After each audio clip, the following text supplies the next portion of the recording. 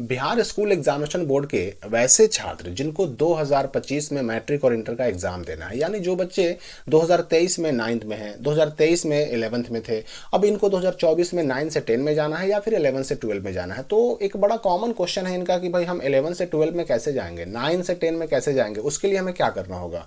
और इसके अलावा एक चीज़ ये भी आती है कि हम जब 9 से 10 में चले जाएंगे, 11 से 12 में चले जाएंगे, तो हम अपना सब्जेक्ट चेंज कर सकते हैं कि नहीं, हम अपना सब्जेक्ट के साथ साथ दूसरे और जो विवरण होते हैं उनमें हम बदलाव कर सकते हैं कि नहीं, अपना स्ट्रीम बदल सकते हैं कि नहीं, अपना स्कूल वगैरह या फिर कॉलेज वगैरह ये सब बदल सकते हैं कि नहीं। ये बड़ा कॉमन क्वेश्चन रहता है। तो इस वीडियो में ये सारी बातें क्लियर होने वाली हैं कि 11th वालों को 12 में जाने के लिए क्या करना होगा, 9th वालों को 10th में जाने के लिए क्या करना होगा। देखिए 9th वाले 10th में ऑटोमेटिक जाते हैं। तो पहले आप इस बात को समझ लीजिए कि बिहार बोर्ड के अंदर जो एडमिशन होता है या तो 9th में होता है या फिर 11th में होता है। 9th वाले ऑटोमेटिक 10th में जाते हैं, 11th वाले ऑटोमेटिक 12 में जाते हैं। डायरेक्ट 12 में एडमिशन नहीं होता, डायरेक्ट 10 में भी एडमिशन नहीं होता है। जो बच्चे 9 में एडमिशन कराए उनका फाइनल एग्जाम होगा, वो उसमें पास करेंगे, ऑटोमेटिक चले जाएंगे 10th क्लास में। 10th में डायरेक्ट एडमिशन बिल्कुल नहीं होता, किसी भी स्कूल में नहीं होता।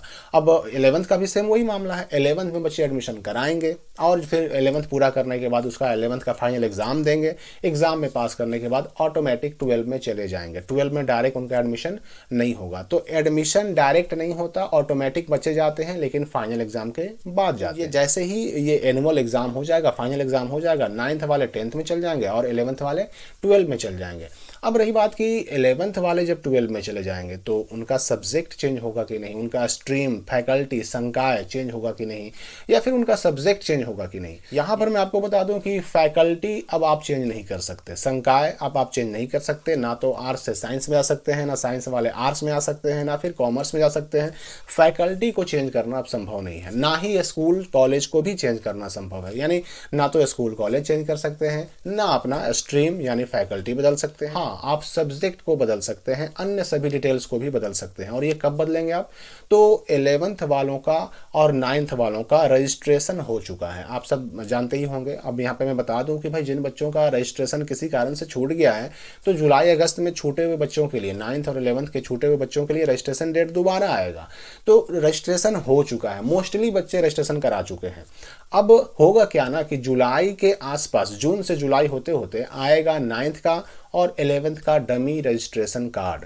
और ये डमी रजिस्ट्रेशन कार्ड का मतलब ही यही होता है कि भाई इसको जारी करने का मकसद है कि बच्चे अपना रजिस्ट्रेशन कार्ड का डिटेल्स देख लें कि हमारा नाम, पिता का नाम, माता का नाम, डेट ऑफ बर्थ या फिर अन्य सभी डिटेल्स, सब्जेक्ट वगैरह, photo signature, category, caste category, ये सारी चीज़ें सही सही एंट्री की गई हैं कि नहीं की गई है, इनमें कहीं कोई गलती तो नहीं ना है। तो बच्चे उस डमी रजिस्ट्रेशन कार्ड को स्वयं भी डाउनलोड कर पाएंगे, उसका लिंक वगैरह सब आपको मैं उपलब्ध कराऊंगा समय आने पर, तो खुद से भी आप डाउनलोड कर पाएंगे, उसको देख पाएंगे। अगर कोई गलती होगी तो तुरंत अपने स्कूल कॉलेज से कांटेक्ट करके उसमें सुधार भी कर पाएंगे।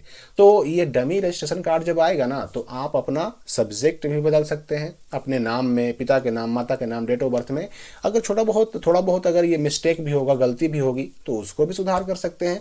ये सारे मौके आपको मिलेंगे। मान लीजिए कोई बच्चा बायो से एडमिशन करा चुका है, रजिस्ट्रेशन करा चुका है, बायो से उसने रजिस्ट्रेशन करा लिया, अब चाहता है कि मैथ से कराएं तो कर सकता है। अगर मैथ से करा लिया और चाहता है कि हम बायो में आ जाए तो आ सकता है। उसी प्रकार से अगर एक्स्ट्रा सब्जेक्ट नहीं लिया तो ले सकता है, अगर लिया है और हटाना चाहता है तो एक्स्ट्रा सब्जेक्ट को हटा भी सकता है। ये सारे मौके कब मिलेंगे, तो जैसा कि मैंने बताया कि डमी रजिस्ट्रेशन कार्ड आने के बाद मिलेंगे, जो कि जून से जुलाई होते होते आ जाएगा।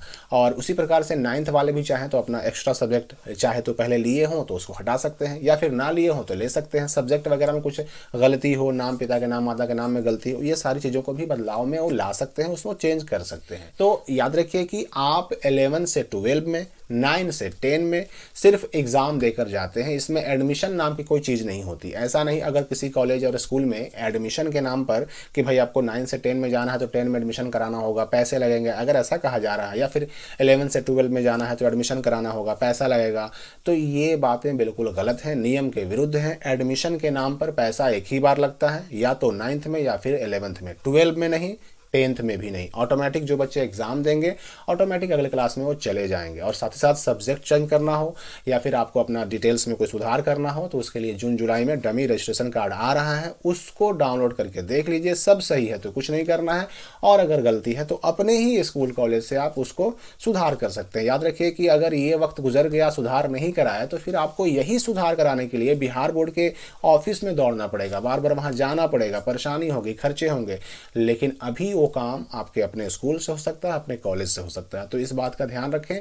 कोई अगर डाउट बच गया हो आपके मन में तो कमेंट करके पूछ सकते हैं। हम मिलते हैं अगली वीडियो में नई जानकारी के साथ।